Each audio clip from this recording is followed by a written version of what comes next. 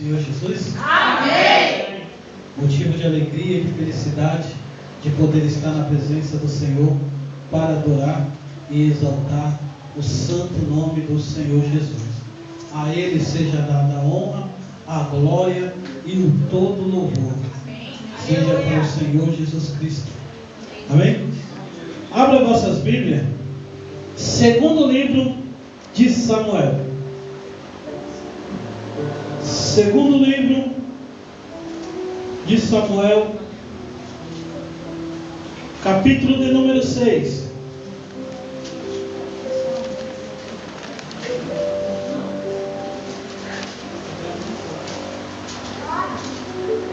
Segundo livro de Samuel, capítulo de número 6. Vamos fazer uma leitura aleatória. Vamos ler o versículo 3 e o 4. Depois pularemos para o versículo 12. Quantos achou, diga amém. Amém. Diz assim a palavra do Senhor. Segundo livro de Samuel, capítulo 6, a partir do versículo 3, diz assim: E puseram a arca de Deus em um carro novo, e levaram da casa de Abinadad, que está em Geba, e Uza e Ai, filhos de Abinadad, guiavam o carro novo. E levantando da casa de Abinadad, que está em Geba, com a arca de Deus, Ai ia adiante da arca. Versículo 12 diz assim: Então avisaram a Davi, dizendo: Abençoou o Senhor a casa de Obed-edom e tudo quanto ele tem, por amor da arca de Deus. Foi, pois, Davi e trouxe a arca de Deus para cima da casa de Obed-edom, a cidade de Davi, com alegria. A igreja pode se assentar? Amém. Temos aqui uma história a qual é muito conhecida, que é a história aonde Davi vai levar a arca de Deus para a cidade de Davi. É bem verdade que quando nós falamos de Davi, nós estamos falando de um homem segundo o coração de Deus. O homem a qual Deus tira do meio das ovelhas e coloca ele para reinar. Mas a gente sabe que quando a gente pega a história de Davi, a gente vê que a história mesmo conta que Davi não assumiu a coroa de uma hora para outra. Ele sofreu perseguições, ele sofreu desilusões, decepções, até chegar o momento ao qual Deus tinha para ele, que era o reinado sobre Davi. É interessante que a história de Davi, você vai ver que Davi primeiro, ele foi ungido por Samuel, depois ele foi ungido em Hebrom, depois de 7 anos ele vai cumprir a unção sobre todo Israel. E quando Deus cumpre isso na vida de Davi, a Bíblia vai dizer que Davi ele tem 3 sonhos, 3 projetos Davi tem na sua vida. Davi, homem segundo o coração de Deus, ele vai ter 3 projetos, 3 desejos que ele tem no coração, pastor, para poder realizar quando ele assume a coroa de Deus. E qual eram os 3 sonhos? Qual eram os 3 desejos? Os 3 projetos de Davi. O primeiro era que quando Davi se tornou rei sobre todo Israel, era fazer uma cidade. E a Bíblia diz que aquela cidade escolhida a qual Davi fez foi Jerusalém. Quando Davi assume o reinado, a Bíblia fala que Jerusalém pertencia aos jebuseus. Então Davi ele entra em Jerusalém, matam todos os jebuseus e assume a cidade. A partir daquele momento, aquela cidade passa a ser chamada Cidade de Davi, a cidade de Jerusalém. a cidade fortificada. Davi, então, quando ele consegue, alcança o primeiro sonho, alcança o projeto, Davi agora ele vai estabelecer, ele vai fazer um palácio. E ele mora dentro do palácio que está em Jerusalém. Desejo realizado, concretizado. Aleluia. O segundo desejo de Davi, não vamos por ordem cronológica, mas eu quero colocar esse segundo, depois eu falo do outro. O segundo era edificar um templo na cidade de Davi. Davi, ele viu que ele tinha um palácio, e a casa de Deus era tabernáculo e tendas. Então ele fala, eu vou fazer um templo para o meu Deus.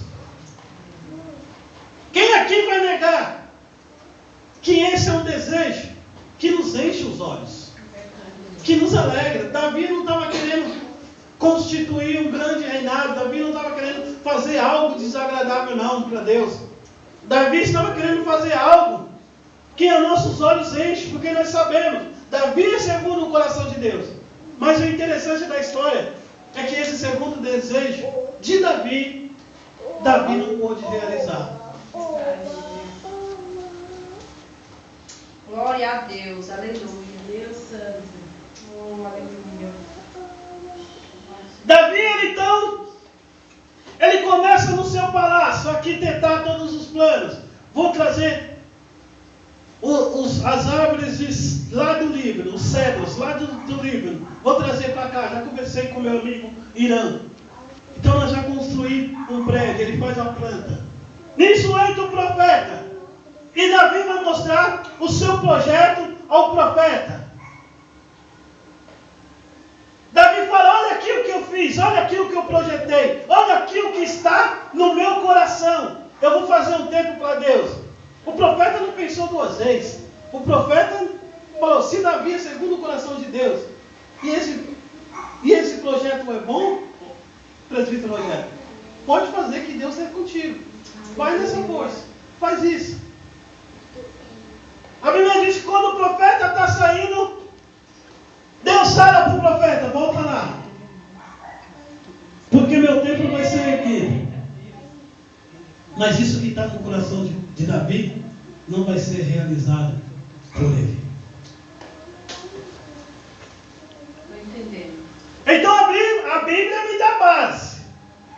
Então vamos para a Bíblia. Então a Bíblia me dá base. Que muitas vezes, pastor, muitas coisas que nós queremos fazer, realizar, mesmo sendo homens, segundo o coração de Deus, Deus não aprova. Aleluia. Verdade, Jesus. Eita Deus. Muitas vezes, aos olhos dos homens, aos olhos dos profetas, aos olhos dos servos, é coisa linda. Mas e aos olhos de Deus? Nem todos os nossos desejos vão ser realizados por Deus. E quando Deus diz não? Nós lemos o versículo. Tudo quantos pedires para Deus, Deus realizará. Clama a mim e eu responder-te-ei. E anunciarei coisas grandes, firmes que ainda não conheces. Nunca vi um clamor de um justo Deus não ouvir. Mas e aí? Quando nós deparamos nas Escrituras Sagradas, Deus falando, não. Aos olhos do homem isso é bom, mas para mim você não vai fazer isso. Quem não se lembra da história de Caim e de Abel? O que Caim fez? Ofereceu o quê? Um sacrifício a Deus. O que Abel fez? Um sacrifício a Deus, voluntário. Porque você não vê na Bíblia Deus falando, Caim e Abel, levanta e vai fazer um sacrifício para mim. Vai oferecer alguma oferta para mim? Não. Você vê que eles fazem voluntário. Mas Deus chega para Caim e fala, o seu eu não aceito. O do Abel,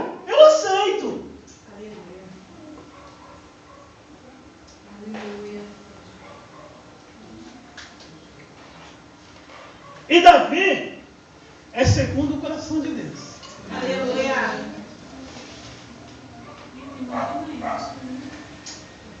Tem muitas coisas que nós projetamos, o homem pensa, mas quem dá a palavra final Aleluia, Deus. é o Deus de Israel.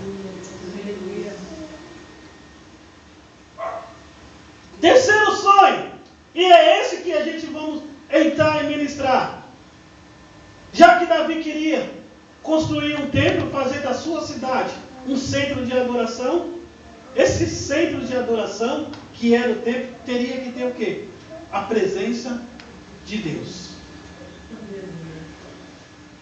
Olha para o seu irmão e diga: tem que ter a presença de Deus.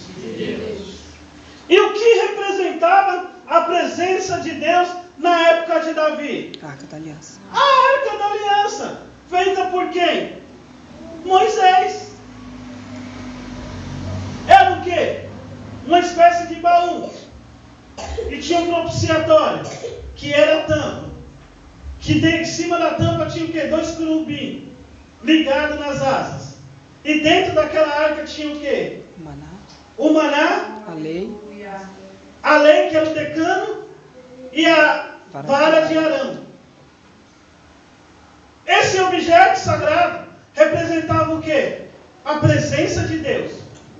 E ele não ficava em qualquer lugar no templo, ele ficava no Santo do Santo. Aonde? O sacerdote entrava uma vez por ano para fazer expiação sobre o pecado dele e sobre o pecado do povo. E a ordem era para que ninguém poderia olhar para o objeto, a não ser o sumo sacerdote uma vez por ano.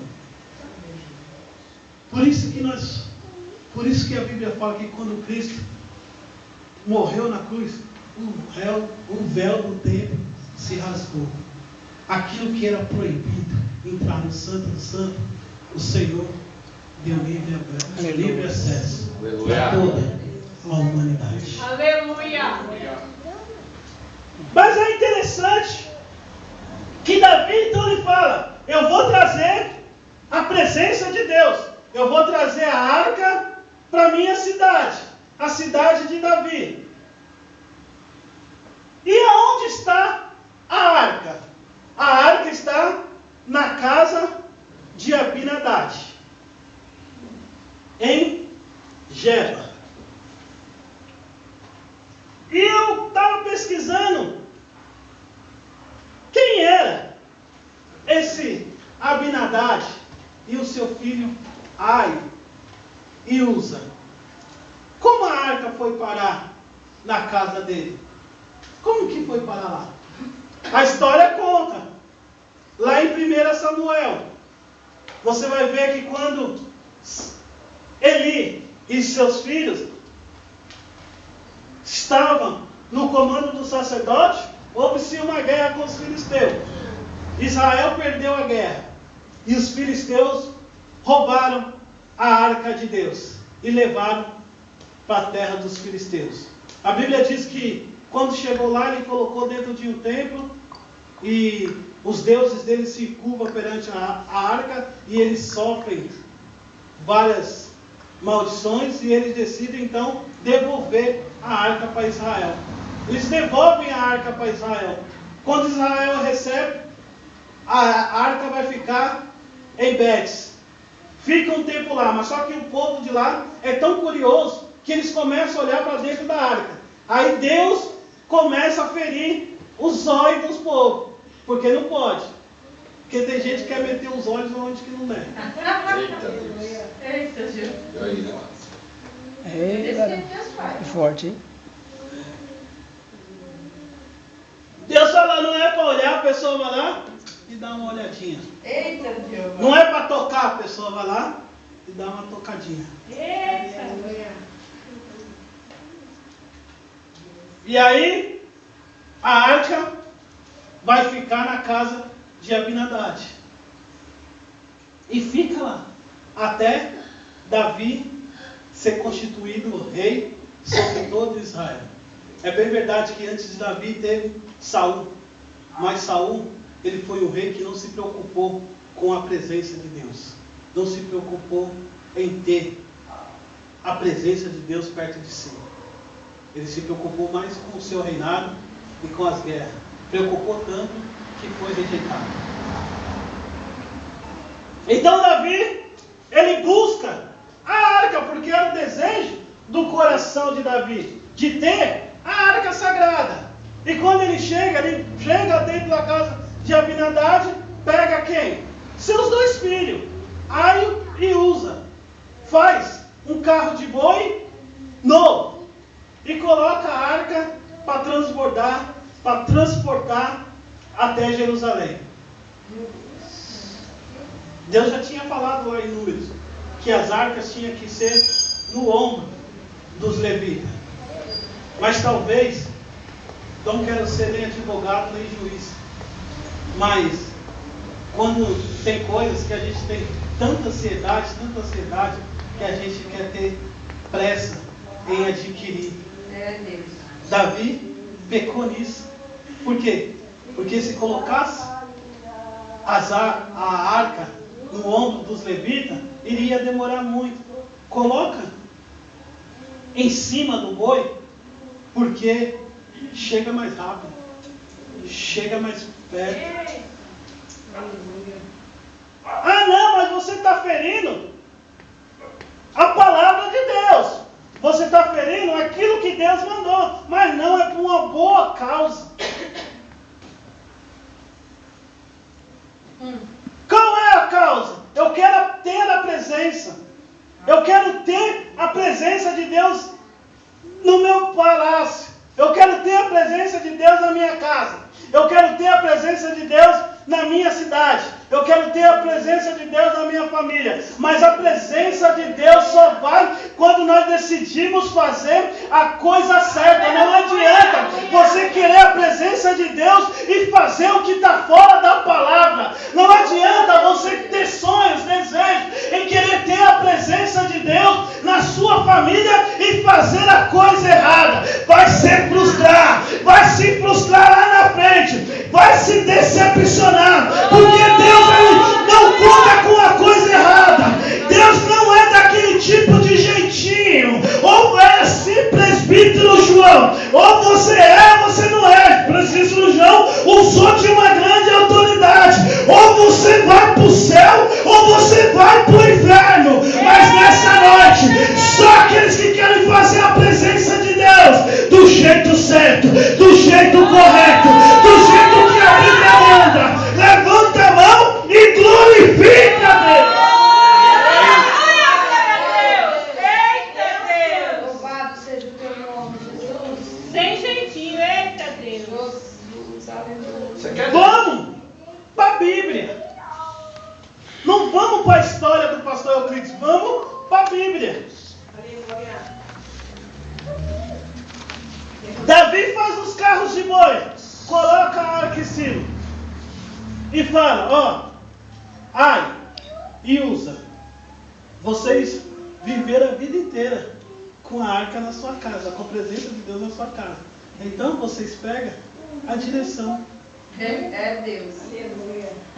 Davi não é bobo. Eita Deus! Davi não é idiota. Eu estou entendendo, Jeová.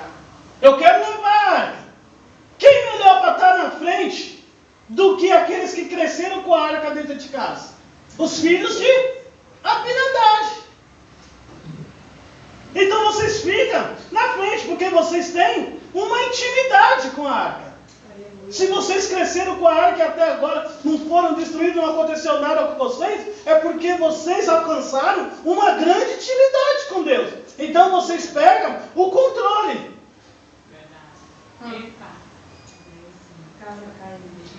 Estou entendendo, pai. O que Aio e Uza fez? Tudo bem, imagina. Todo o povo de Israel, todo Jerusalém, veio na frente da arca transportando. Olha lá. E eu fico imaginando, eu falei, é uma bênção esses dois. Por quê? Porque eles deveriam ter chegado meu filho? Eu fico na frente. Mas se você fazer a coisa certa. É Deus. Só perguntando. Deus, santo. Desse jeito. Jesus. Eu fico.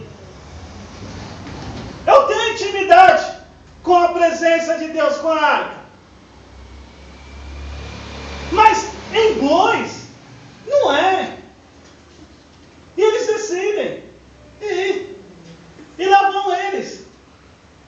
Os levitas tocando, a festa comendo. E Davi, olhando, de repente chega na eira. O carro balança, a arca vai cair. Aí Uzá fala, eu tenho intimidade. Eu cresci vendo esse negócio. Desde pequeno eu sou acostumado a ter a presença de Deus. Desde pequeno eu via meu pai Abinadad lá. Confiaram a ele. Então o que Abinadad, Uza faz? Coloca a mão. E a Bíblia diz que Deus matou na hora. Aí você pergunta a Deus, mas Uza vai deixar a arca que simboliza a presença de Deus? Então eu posso fazer uma conjecturação sem ferir o texto. Dizer que Uza ia deixar a presença de Deus cair. Uza estava fazendo uma coisa boa, estava fazendo o quê? Segurando a presença de Deus. Para não cair. Imagine se a arca cai. Imagine a tristeza do povo. Então Uza vai e mete a mão. Eita, Jeová. Estou entendendo. Outra vez, é o tal do jeitinho. Por quê? Meu Deus. Porque é simples analisar. Se Uza vê a arca caindo, o que ele tinha que falar? Davi, para tudo. Tem algum sacerdote aqui no meio? Aleluia. Olha lá, a presença está caindo. Erga a presença. Mas não, o que Uza foi fazer? A presença está caindo, então eu vou fazer do meu jeito. Eu vou meter a minha mão. E tem muita gente morrendo espiritualmente. Tem muita família morrendo espiritualmente. Por quê? Porque a pessoa vem com aquela palavra, pastor. Eu sou desde criança. Eu conheço a presença. Eu sou acostumado com a presença. E quer meter a mão naquilo que não foi chamado. Quer fazer aquilo que não foi mandado. Então essa noite, Deus está falando na sua igreja. Se você está entendendo o que o Senhor está dizendo, deixa. Não coloque a mão naquilo que não foi mandado. Não coloque a mão naquilo que não foi dito. Nessa noite o Senhor manda te dizer: obedeça a palavra de Deus. Aleluia. Glória a Deus. Glória a Deus. Aleluia. Oh, aleluia. Aleluia, Jesus. Aleluia, Jesus. Esse texto é interessante. O que acontece com Davi? Era um projeto bom. Era um projeto abençoado. Era um desejo lindo. Aos olhos do homem todo completado. Mas ele foi fazer tudo do quê? Da maneira errada. Ansiedade. Quis ter a presença de Deus rápida demais. Quis meter a mão naquilo que não era para ter ansiedade. E muitas vezes a ansiedade atrapalha. Aleluia. Certa vez eu estava em cima do monte, orando. E eu fiz uma campanha, foi de 40 dias. Eu e mais 2 jovens e umas senhoras. E nós fizemos, o título da minha campanha era: eu quero ser o ferramenta na mão do Senhor. Amém. Glória a Deus. Se não for para a ferramenta, eu orei. Aí no final da campanha, Deus usou uma serva dele e falou: filho, te vejo pregando com a palavra na mão, com a Bíblia na mão. E tu vai pregar a minha palavra. Mas nesse momento, para você pregar a minha palavra, você tem que primeiro sentar e ouvir. Aí eu falei, que história é essa, Deus? Estou querendo fazer algo bom para o Senhor. Eu estou querendo fazer algo lindo. Ele quer pregar a sua palavra. Ele falou, você vai pregar. Mas para falar, primeiramente, você tem que ouvir. Comecei a pregar a palavra do Senhor e falei, li a Bíblia inteira com aquela emoção, né?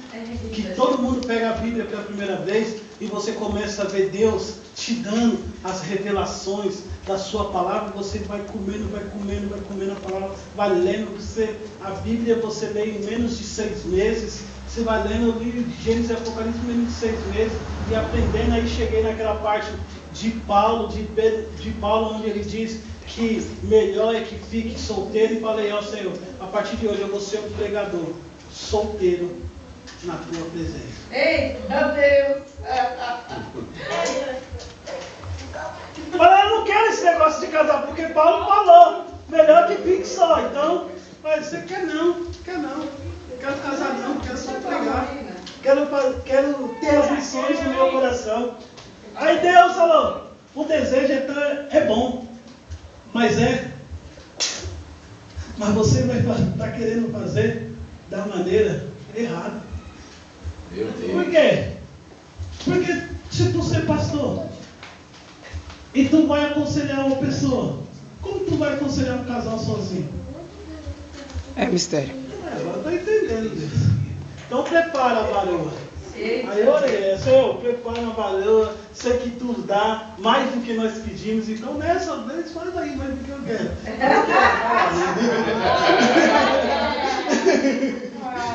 É a confirmação de Deus. Deus te dá sempre mais do que você pede. Então, muitas vezes a nossa ansiedade atrapalha o ministério. Muitas vezes temos desejos, sonhos, mas a ansiedade impede o agir do Senhor. Ou até não impede, você faz, mas lá na frente sofre a consequência. A consequência disso foi que Davi esqueceu. Davi não quis mais. Eu imagino Davi no seu palácio, aí chegava algum soldado ou alguns dos seus conselheiros e falavam, e aí Davi? E aquele projeto que você tinha? E aqueles sonhos que você tinha? De trazer a arca para cá, de fazer o tempo? Ah, rapaz, esquece isso aí, né? Fui me meter nesse negócio de ter presença de Deus, você viu o que aconteceu? Quero mais saber disso não. Ah, e aí, Davi, você não tinha projeto para ser rei? Você não assumiu? Você não foi ungido rei sobre todo Israel? Olha só a cidade aí, camarada. E aí? Cadê os seus projetos? Cadê o seu plano? Ixi, tentei até um dia fazer. Eita Deus! Mas você viu no que deu?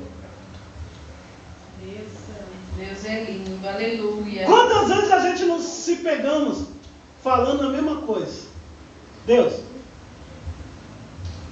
meu projeto era até bom, mas só fui enfiar a fazer, você viu que aconteceu. Você viu? Desejo estava no meu coração, mas sofri um apego. Isso é doloroso. Mais doloroso é quando nessa consequência gera perca. É Deus. Verdade. Você consegue imaginar Davi falando, você viu o que aconteceu? Fui fazer o projeto, o que gerou? Perda. Perdeu o quê? Uma vida.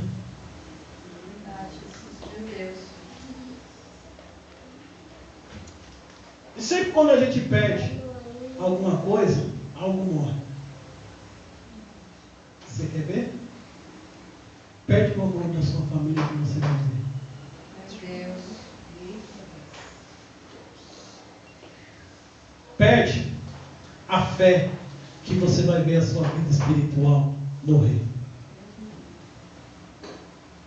Tem muitas pessoas que tinham até sonhos, projetos, mas fizeram da maneira errada. E agora estão sofrendo a perca, a falta. Perdeu a motivação, perdeu a vontade, perdeu o desejo, perdeu aquela ânsia.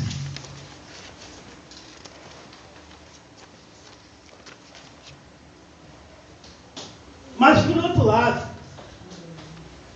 tem um homem que vai entrar na história. Esse homem não aparece, só vai aparecer aqui, que é quem? Obed-Edom.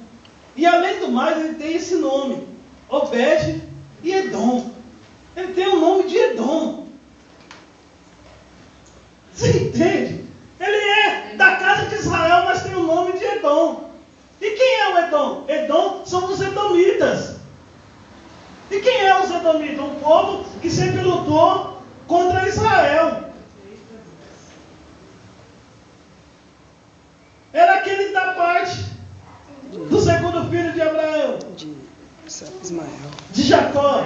Esaú. Tinha o outro, Esaú. E o que Davi vai fazer? O povo, olha, ó, tem um homem aqui chamado Obed-Edom. Deixa a arca na casa dele. Mas já houve estrago demais. Já houve percas demais. E a gente vai deixar a arca na casa de um camarada com esse nome. Oh, aleluia.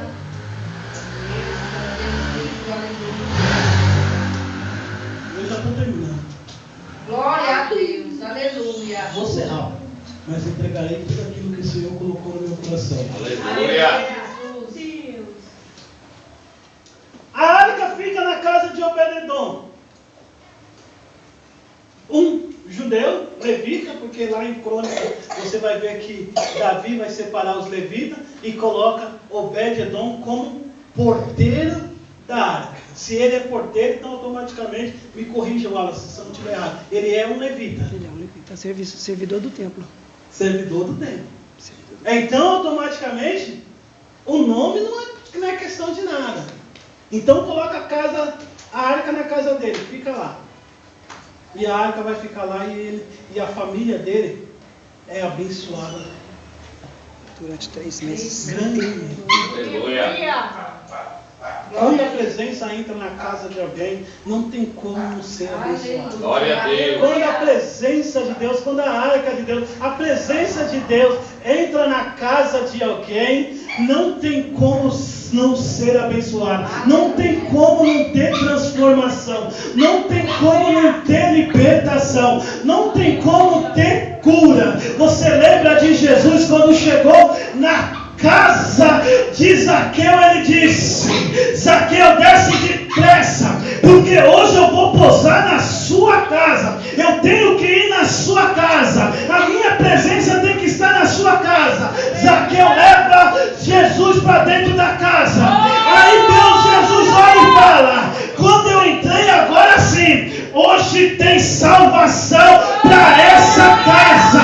Hoje tem salvação para essa casa. Você lembra de Jairo, de quando perdeu a sua filha? Jairo chegou até Jesus e falou: Jesus, você tem que entrar na minha casa. Quando Jesus entrou na casa dele, aquilo que estava morto foi revivido, tornou-se a vida. Então nessa noite, Jesus está falando: você tem a presença, você tem a presença, você tem a presença. Então você vai levar para sua casa, você vai levar para sua casa, e aquilo que morreu, Deus vai trazer a vida. Deus vai dar o renovo hoje. É hoje, é hoje, é hoje, é hoje, é hoje, é hoje, é hoje, é hoje. Se você crê nisso, abre a sua boca e dá glória para Deus, se você está entendendo. Glória a Deus, aleluia.